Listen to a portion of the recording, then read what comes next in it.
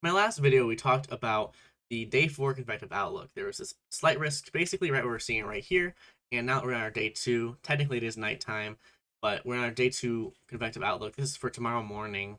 We have this enhanced risk with all hazards at play here. So that's what we're going to be looking at today.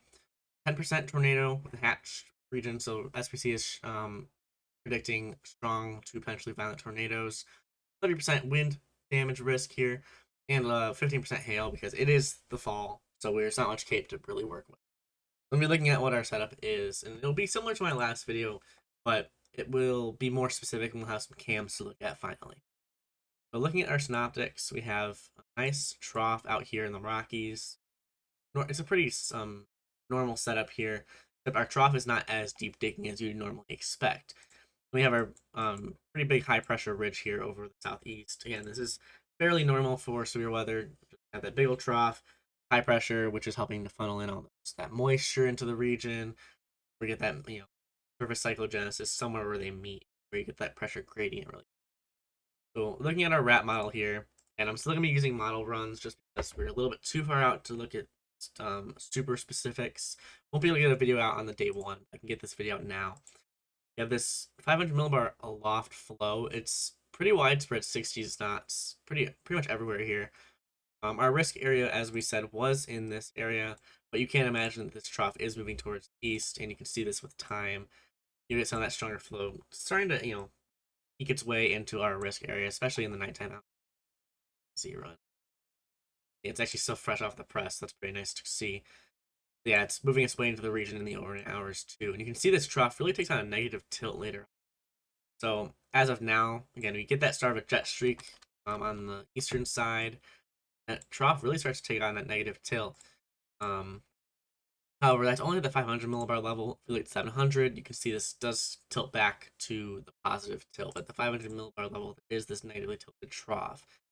But we're not talking about Thursday, we're talking about Wednesday. So at 500 millibars, we have this trough ejecting its way into the region.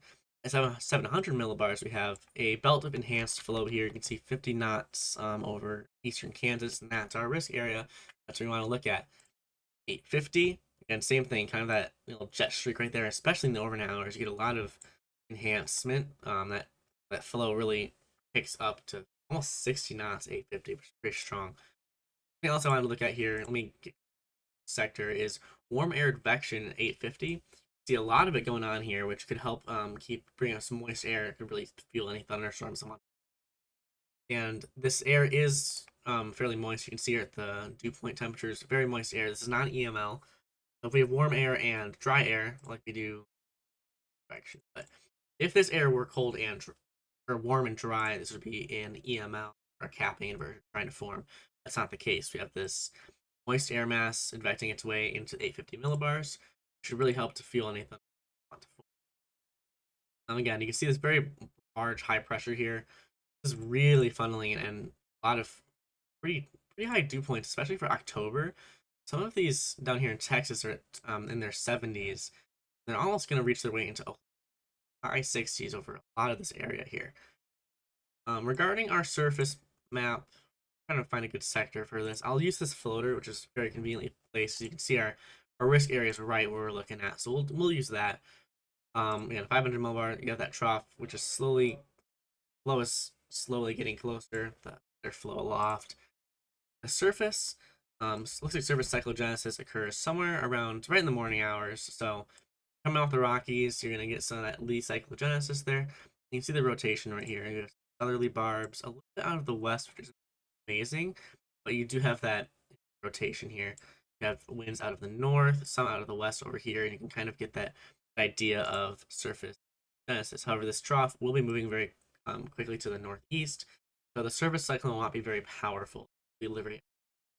What's important is we have a lot of convergence boundaries here. We get convergence on the mass convergence through the RAP. Again, lots are right there in Kansas, and that's where our severe weather is setting up. You can see STP is already at 4 at 22Z. I believe that strengthens throughout the night there as well. Regarding Cape, we're going to look at MU Cape first. You can see that belt of Cape, and the main area we want to look at right here. And this is pretty widespread, going all the way down to Oklahoma here. You have lots of Cape over the Gulf as usual, but this Cape from Kansas region does go pretty far south with this eventual front.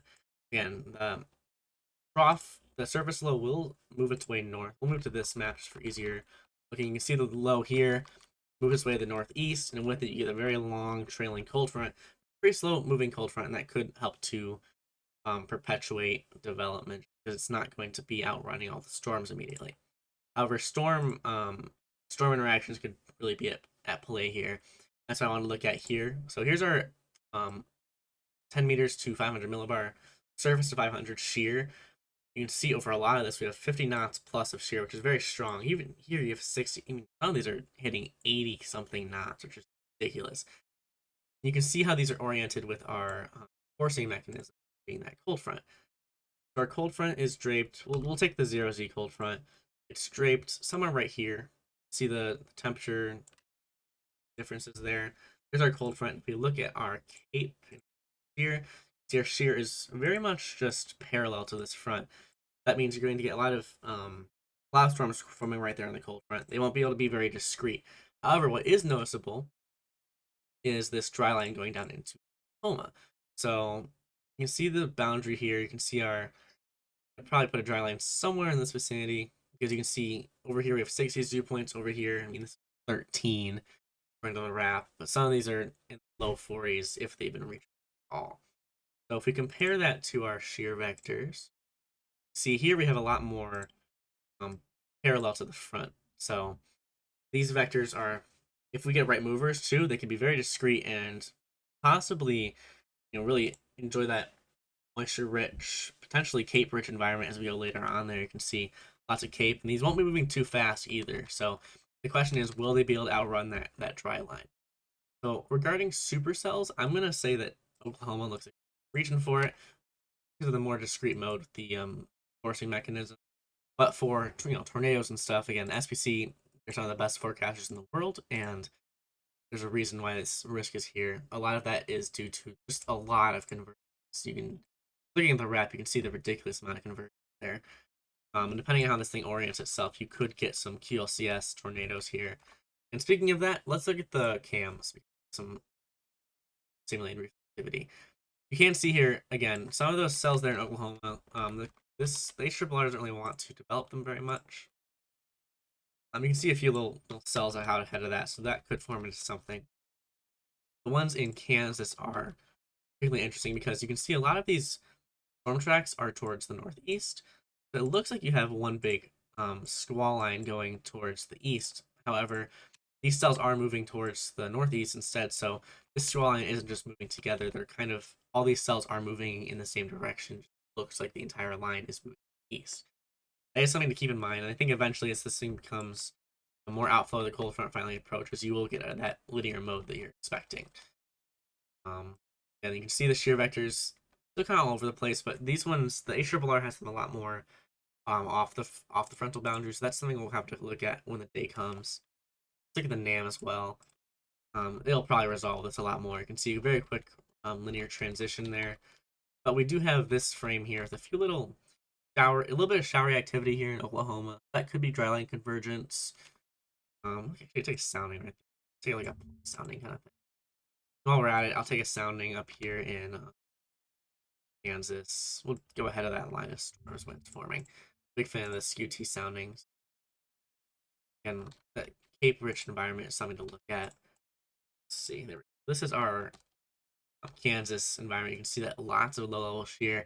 If you have storms ongoing, the storms will just ingest all of this. I mean, what is that 0 to 1 shear? The 0 to 1 SRH is in the 328. I mean, all of the SRH is 320. Pretty impressive storm relative helicity. Same thing with our Oklahoma sounding. Almost looks more supercellular because you have that deep layer shear. Here, you have very much north moving storms, but because of how the front is lined up, it's going to struggle. You can see right here, I'll get a better color for that. More advection in our lower levels. You look up to north, again, this is the Oklahoma sounding. Not as much shear, so our SRH is more in the 250 region, but that's still plenty. 3 Cape here is 77. The last one was 63. So we have a little bit more cape in our Oklahoma sounding. It's always interesting to note, and that might help to really get better supercells, just because of the fact that we have, again, It's about the orientation of the boundary. The storms on the Oklahoma boundary are going to be more discrete. Ones on the Kansas one will be, they'll be fighting to stay alive. So I would almost favor the stronger lapse rates here in the Oklahoma sounding. So I'm curious if that might be our better spot. But we'll see how that forecast goes out. But I am thinking that Oklahoma's a better spot for supercells. Look ahead a little bit into the next day as well. There's not as much to know about that. The SPC has a very broad marginal. I believe the area they were looking at, if they ever did upgrade, would be the Tennessee area southward. So it's the southern portions of the risk area. The north up here, if we check our route model, we don't have enough cape to really go off of. You see MU cape here. There is possibility of some of that cape there in Wisconsin, but for the most part, the cape is defined down here in Arkansas, not so much in the north. And these storms move way too fast for them to turn into anything. There could be some gusty winds associated with it. Let me just take a sounding here in Arkansas real quickly. See how that looks. Oh, I didn't mean to look at the ensemble view as well, actually. Here's our probabilities of updraft helicity. You can see definitely that bullseye is right there in Kansas. But there is definitely a little bit of possibility down there in Oklahoma, and that could be something interesting to monitor. And then as you move on to the overnight hours in the morning and the next day, that kind of fizzles out. But a lot of these storms look to be forming, right there around 21Z. HRRR shows a lot more helicity. Right around, the 9 o'clock central.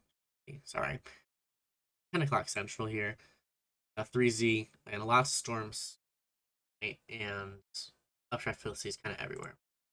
Look at this last sound. You can see a little bit of shear, but not much. I mean, very moist environment, so not much very strong downdrafts will occur with any of this. So likely just be how strong the ongoing storms will be. And a little bit of cape, but not very impressive sounding here.